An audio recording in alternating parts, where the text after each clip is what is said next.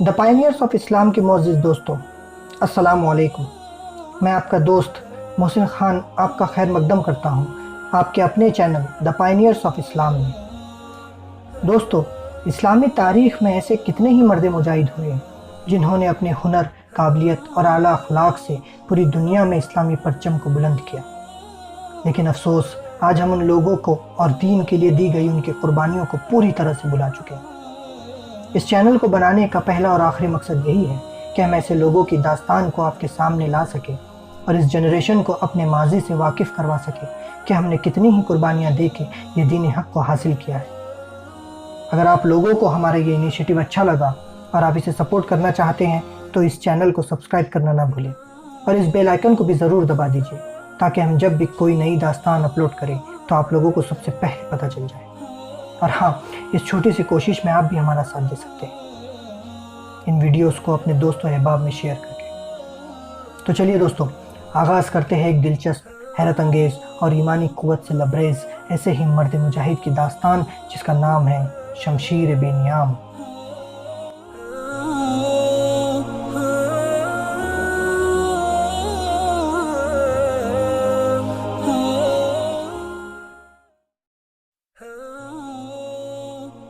اس داستان کو شروع کرنے سے پہلے اس کے ہیرو خالد بن ولید رضی اللہ تعالیٰ عنہ کے بارے میں آپ کو ایک مختصر سا انٹروڈکشن دینا چاہتا ہوں اور اس کے بعد اس حیرت انگیز داستان کا آغاز کریں گے۔ خالد بن ولید کو رسول کریم صلی اللہ علیہ وسلم نے اللہ کی تلوار یعنی کہ سیف اللہ کا خطاب عطا فرمایا تھا۔ خالد رضی اللہ تعالیٰ عنہ ان اولین سپہ سالاروں میں سے تھے جنہوں نے نور اسلام کو مدینے سے دور دور تک پہنچا دیا تھا۔ تاریخ اسلام ہی نہیں، عالمی جنگوں کی تاریخ خالد بن ولید کو چند ایک عظیم جنرلوں میں شمار کرتی ہے۔ رون حرب و ضرب کے ماہرین اور مبصر آج بھی خالد کی جنگی چالوں، میدان جنگ میں ان کی قیادت اور عسکری رحم و فراست کے حوالے دیتے ہیں۔ خالد بن ولید نے کبھی تسلیم نہیں کیا تھا کہ دشمن کی تعداد زیادہ اور اس کے ہتھیار برتر ہیں اور مسلمان بہت تھوڑے ہیں تو دشمن کے سامنے آنا خطرناک ہوگا۔ ایسے موقع بھی آئے کہ انہوں نے خلافت کے احکام کو نظر انداز کر کے دشمنوں پر حملہ کر دیا اور فتح ہی پائی۔ یہ ایمان اور عزم کی پختگی کا کرشمہ تھا، یہ اسلام اور رسول اللہ سے عشق کا کمال تھا۔ وہ مسافر عرب کے صحرا میں اکیلا چلا جا رہا تھا۔ 629 عیسوی کے زمانے میں عرب کا وہ علاقہ جہاں مکہ اور مدینہ واقع ہے بڑا ہی خوفناک صحرا ہوا کرتا تھا، جلتا اور انسانوں کو جھلساتا ہوا ریگزار۔ ایک تو صحرا کی اپنی صعوبتیں تھیں، دوسرا خطرہ رہزنوں کا تھا۔ مسافر قافلوں کی صورت میں سفر کیا کرتے تھے، لیکن یہ مسافر اکیلا جا رہا تھا۔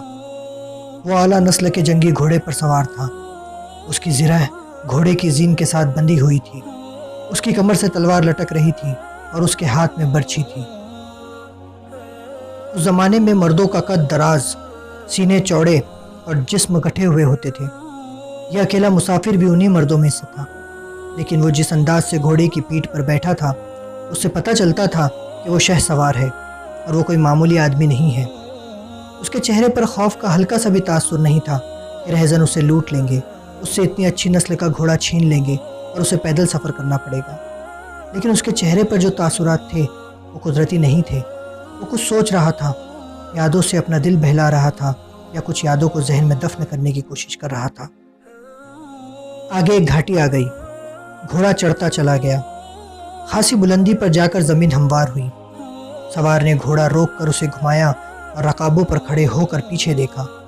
اسے مکہ نظر نہ آیا، مکہ افق کے نیچے چلا گیا تھا۔ ابو سلیمان، اسے جیسے آواز سنائی دی ہو، اب پیچھے نہ دیکھو، مکہ کو اپنے ذہن سے اتار دو، تم مرد میدان ہو، اپنے آپ کو دو حصوں میں نہ کٹنے دو، اپنے فیصلے پر قائم رہو، تمہاری منزل اب مدینہ ہے۔ اس نے مکہ کی سمت سے نگاہیں ہٹا لی، گھوڑے کا رخ مدینے کی طرف کیا اور باغ کو ہلکا سا جھٹکا دیا۔ گھوڑا اپنے سوار کے اشارے سمجھتا تھا، چچی تلی چال چل پڑا۔ سوار کی عمر 43 برس تھی، لیکن وہ اپنی عمر سے جوان لگتا تھا۔ سلیمان اس کے بیٹے کا نام تھا، اس کے باپ کا نام ولید تھا، لیکن سوار نے خالد بن ولید کے بجائے ابو سلیمان کہلانا زیادہ پسند کیا تھا۔ اسے معلوم نہ تھا کہ تاریخ اسے خالد بن ولید کے نام سے یاد رکھے گی، اور یہ نام اسلام کی عسکری روایات اور جذبے کا دوسرا نام بن جائے گا۔ مگر 43 برس کی عمر میں جب خالد مدینے کی طرف جا رہا تھا، اس وقت تک وہ مسلمان نہیں تھا۔ چھوٹی چھوٹی جھڑپوں کے علاوہ وہ مسلمانوں کے خلاف 2 بڑی جنگیں، جنگ احد اور جنگ خندق لڑ چکا تھا۔ جب رسول اکرم صلی اللہ علیہ وسلم پر 610 عیسوی بروز پیر پہلی وحی نازل ہوئی، اس وقت خالد کی عمر 24 سال تھی۔ اس وقت تک وہ اپنے قبیلے بنو مخزوم کی عسکری قوت کا قائد بن چکا تھا۔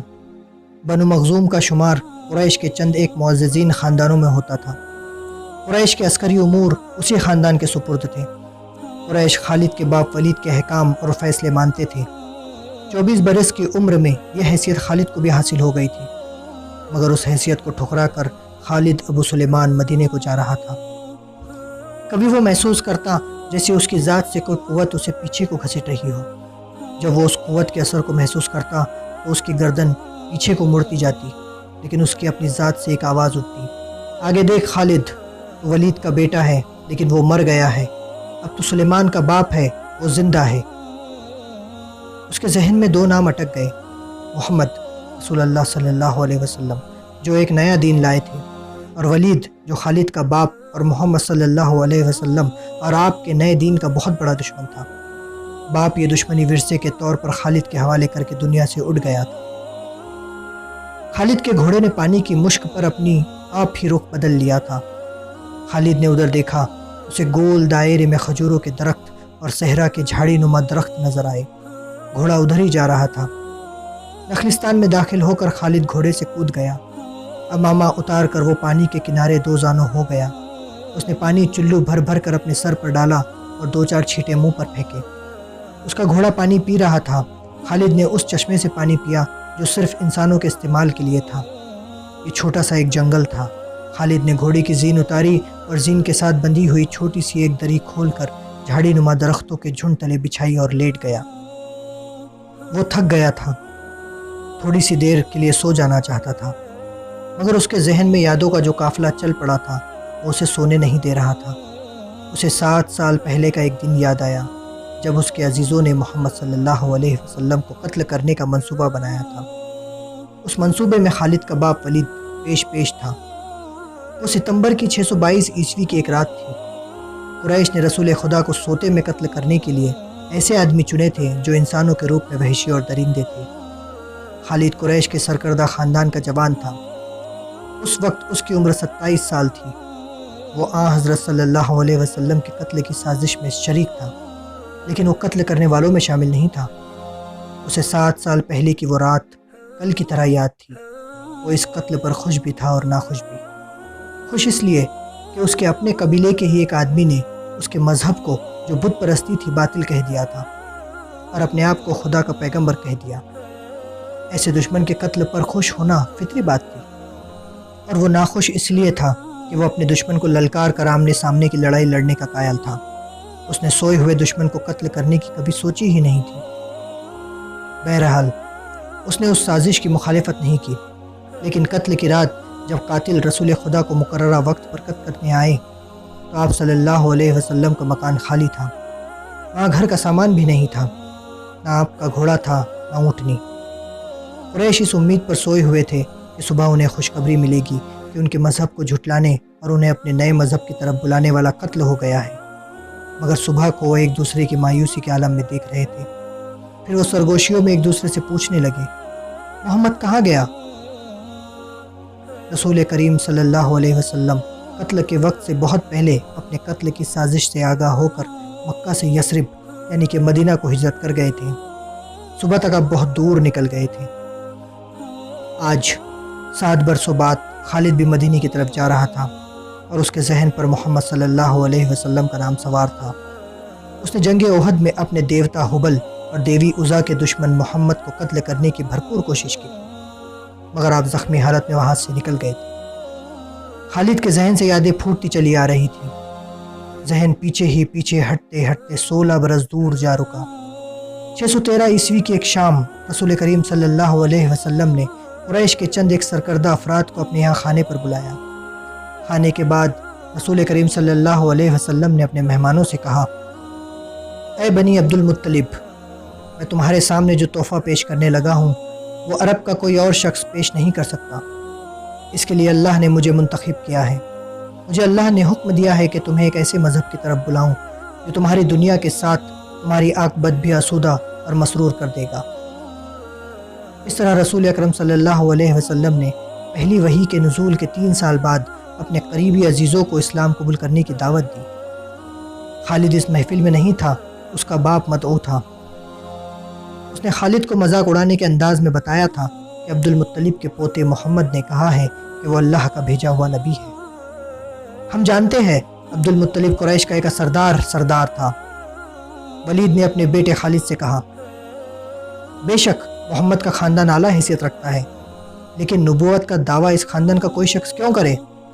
اللہ کی قسم اور قسم حبل اور عزا کی، میرے خاندان کا رتبہ کسی سے کم نہیں۔ کیا نبوت کا دعویٰ کر کے کوئی ہم سے اونچا ہو سکتا ہے؟ تو آپ نے اس سے کیا کہا؟ خالد نے پوچھا۔ پہلے تو ہم چپ ہو گئے، پھر ہم ہنس پڑے، ولید نے کہا۔ لیکن محمد کے چچا زاد بھائی علی بن ابو طالب نے محمد کی نبوت کو قبول کر لیا ہے۔ خالد اپنے باپ کی طنز ہنسی کو بھولا نہیں تھا۔ خالد کو 629 عیسوی کے ایک روز مکہ اور مدینہ کے راستے میں ایک نخلستان میں لیٹے ہوئے وہ وقت یاد آ رہا تھا۔ رسول اللہ صلی اللہ علیہ وسلم جن کی نبوت کو قریش کے سردار قبول نہیں کر رہے تھے، اس نبوت کو لوگ قبول کرتے چلے جا رہے تھے۔ ان میں اکثریت نوجوانوں کی تھی۔ بعض مفلس لوگوں نے بھی اسلام قبول کر لیا۔ اس سے نبی کریم صلی اللہ علیہ وسلم کے حوصلوں میں جان آ گئی اور آپ نے اسلام کی تبلیغ تیز کر دی۔ آپ صلی اللہ علیہ وسلم بت پرستی کے خلاف تھے۔ مسلمان ان 360 بتوں کا مذاق اڑاتے تھے جو کعبہ کے اندر اور باہر رکھے ہوئے تھے۔ طلوع اسلام سے پہلے عرب ایک خدا کو مانتے تھے اور پوجتے ان بتوں کو تھے۔ انہیں وہ دیویا اور دیوتا کہتے اور انہیں اللہ کے بیٹے اور بیٹیاں مانتے تھے۔ وہ ہر بات میں اللہ کی قسم کھاتے تھے۔ قریش نے دیکھا کہ محمد صلی اللہ علیہ وسلم کے جس دین کا انہوں نے مذاق اڑایا تھا وہ مقبول ہوتا جا رہا ہے، تو انہوں نے آپ صلی اللہ علیہ وسلم کی تبلیغی سرگرمیوں کے خلاف محاذ بنا لیا اور مسلمانوں کا جینا حرام کر دیا۔ خالد کو یاد آ رہا تھا کہ اس نے اللہ کے رسول صلی اللہ علیہ وسلم کو گلیوں اور بازاروں میں لوگوں کو اکٹھا کر کے انہیں اسلام قبول کرنے کی دعوت دیتے اور بتاتے دیکھا تھا کہ بت انہیں نہ کوئی فائدہ دے سکتے ہیں نہ نقصان۔ عبادت کے لائق صرف اللہ ہے جو وحدہ لا شریک ہے۔ رسول خدا کی مخالفت کے قائد قریش کے 4 سردار تھے۔ ایک تو خالد کا باپ ولید تھا، دوسرا نبی کریم صلی اللہ علیہ وسلم کا اپنا چچا ابو لہب تھا، تیسرا ابو سفیان اور چوتھا ابو الحکم تھا جو خالد کا چچا زاد بھائی تھا۔ مسلمانوں پر سب سے زیادہ ظلم و تشدد اسی شخص نے کیا تھا۔ وہ جہالت کی حد تک کینہ پرور اور مسلم کش تھا، اس لیے اسے ابو جہل کہتے تھے۔ یہ نام اتنا عام ہوا کہ لوگ جیسے اس کا اصل نام بھول ہی گئے ہوں۔ تاریخ نے بھی اس پستہ قد، بھینگے اور لوہے کے جیسے مضبوط آدمی کو ابو جہل کے نام سے ہی یاد رکھا ہے۔